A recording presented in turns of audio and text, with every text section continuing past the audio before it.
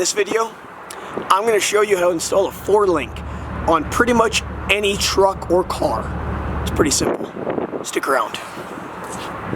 Oh, it's so low.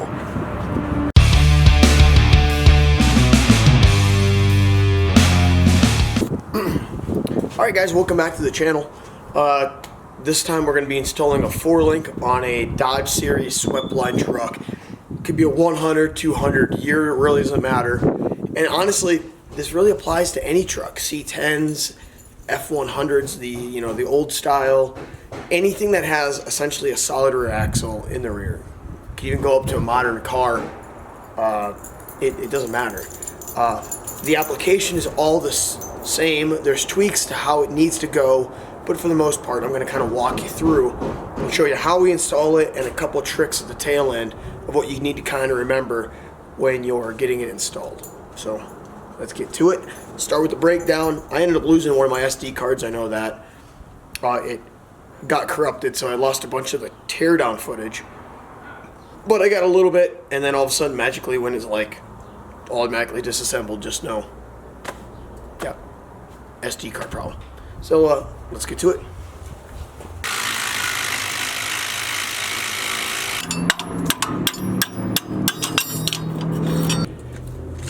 Alright, so we were messing with this before. I'm going to use an 8 3/4 rear end that came from this truck. I'm sure it does not have posi, so I'm going to have someone throw a posi rear end in this. I have one, it's just not in. So what I'm going to do now is, rather than running the spring perches, all that's cut off, what I'm going to do now is run my 4-link. But I ran into an issue when trying to lay everything out, and Joey and I were talking about it. We don't have the clearance we need when it comes to actual bags, because I'm running bags up front and I want to run bags in the back. So hold on. So this is a product I found just scrolling around, which is pretty nifty. So what this is going to do is I can weld this to the bottom of my 3-inch axle, and then when I have that, I can come in here, weld this plate up top here. I can notch and cut however I want, but what that will do is allow me to be able to run my bag wherever I'm wanting it. So I can technically flip this upside down, I can bring it down here, however I want to do it. So I can now run my bags in the back half. And it's crucial because my bars and everything up front interfere with everything I have in the front. So pretty nifty, pretty cool. I think these set me back $120 after shipping, which is great considering it's 1/4-inch plate steel. So, yep. I'm going to start trying to get some things pre-measured, and then I'm going to start on this 4-link. I'm not really excited for it, but it's alright, we'll figure it out. I've never installed a 4-link before. What could go wrong?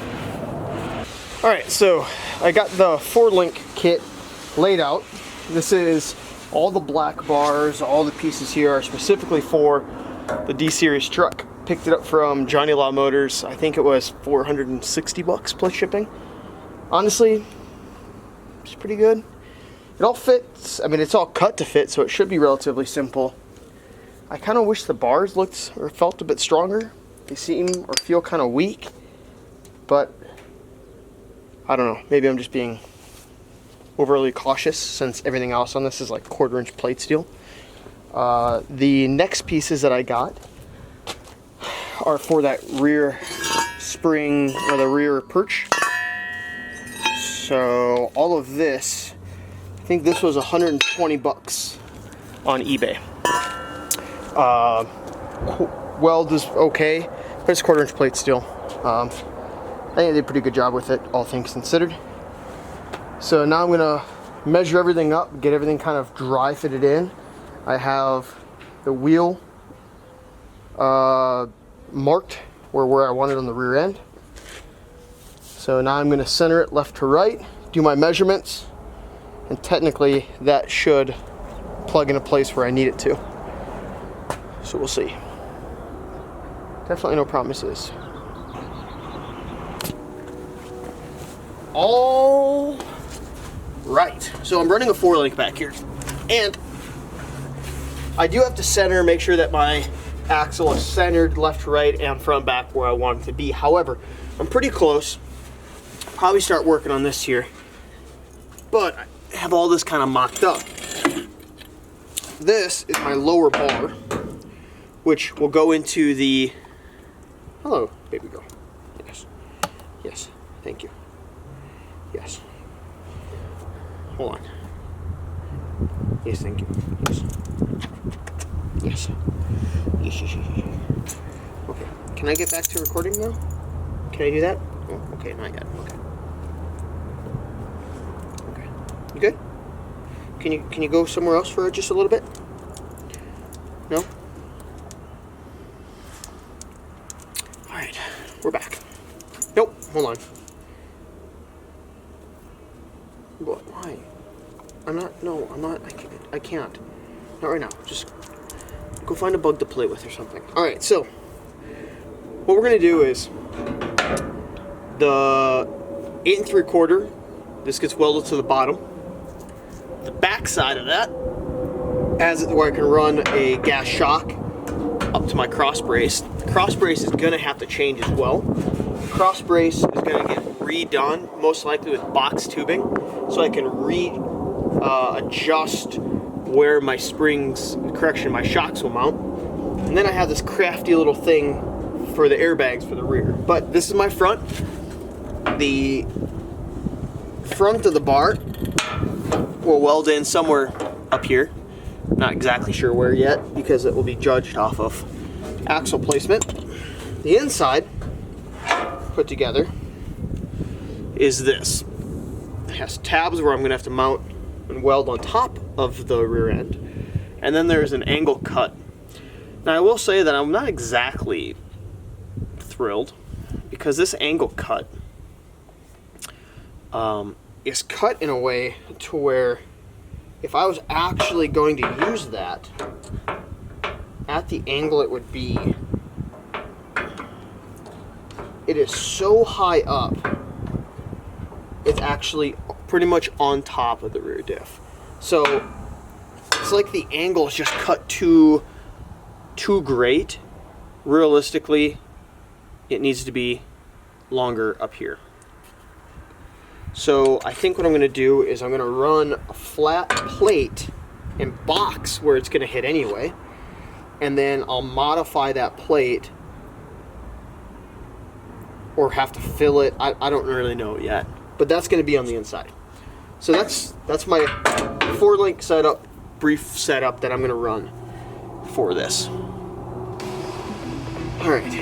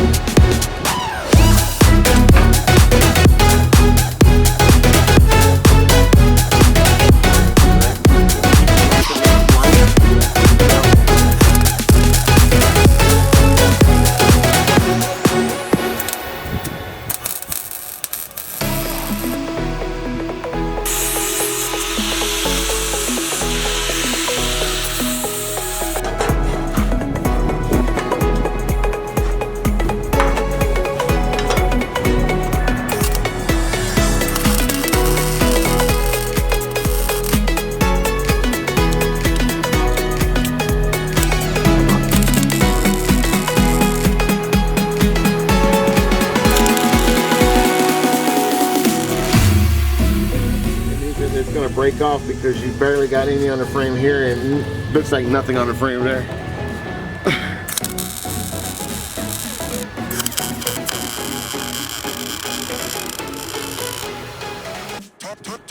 Good.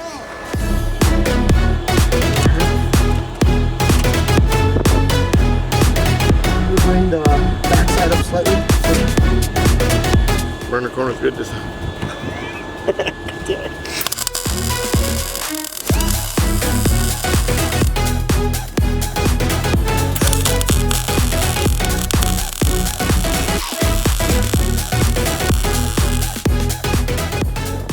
Better. I didn't say great, I said better.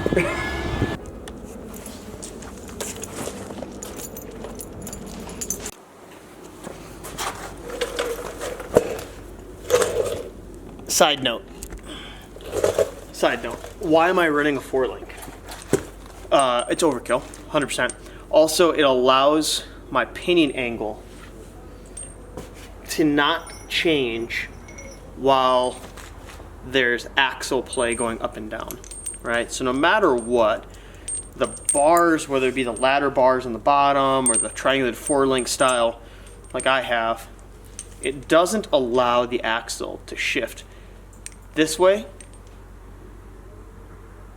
and when it moves, it will keep the drive shaft angle the same within reason, front and back. So rather than when you raise up or down off of springs, your pinion angle will actually change some, right? So as you lift, it will, because it's bound to a point that's not fixed. The joys of a triangulated 4-link is that it is fixed, which means that your pinion angle on the rear end will stay or should stay constant. There may be a slight degree change depending on, you know, inaccuracies in measurements and stuff like that. However, for the most part, it should stay relatively straight. I also figured it'd be a good time for me to bring up, I am slowly trying to figure out how I can earn more positive cash inflow for the channel. I need some sort of positive revenue. And I'm working on trying to get a couple shirts to test because I don't want to sell crappy things that are going to fall apart. But one thing I did pick up, which I kind of like, these little stickers here. So they're kind of just a way to kind of rep the channel. I don't know. We'll see. If I get the quality down to how I want them, I'm going to see how they hold up on the back window right now. If after a few washes they start falling apart, I don't want to sell them or anything. So, but eventually here, those may be available. Not the Buc-ee's. I mean, Buc-ee's is life here in Texas, but yep. So yeah, let's get back to the build here.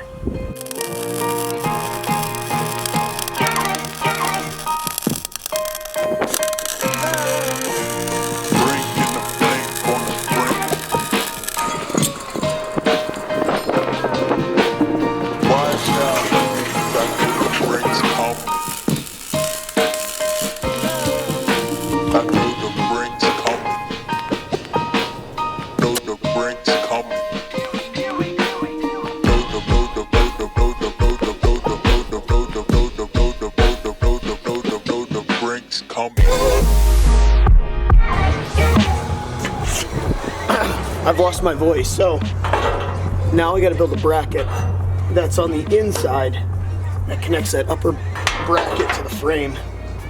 So what I'm gonna do is take a plate, 1/4 inch, and I'm gonna box this in. So time to get it cut, and then I'll build a separate plate that's gonna box the front on the inside, or the inside of the plate together, so this top bracket up here can weld flush. It's not exactly cut how the angle I need it to, and so we're gonna fix that. Watch out, 'cause I know the break's coming.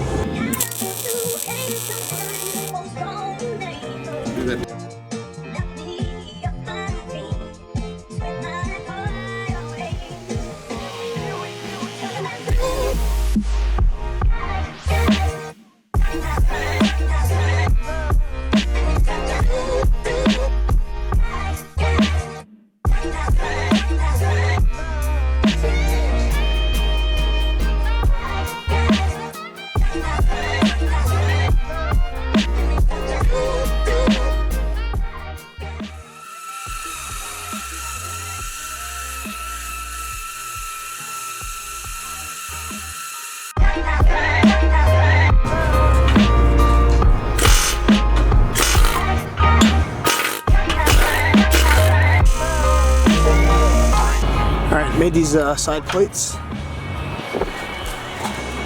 So what I'm gonna do is they'll fit inside this groove of the frame, kind of like so.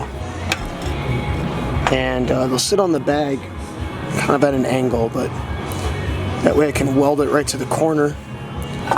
Good adhesion here and support this bag bracket, and then I'll build one for the back side back here to fill that hole, and then kind of boxing it in.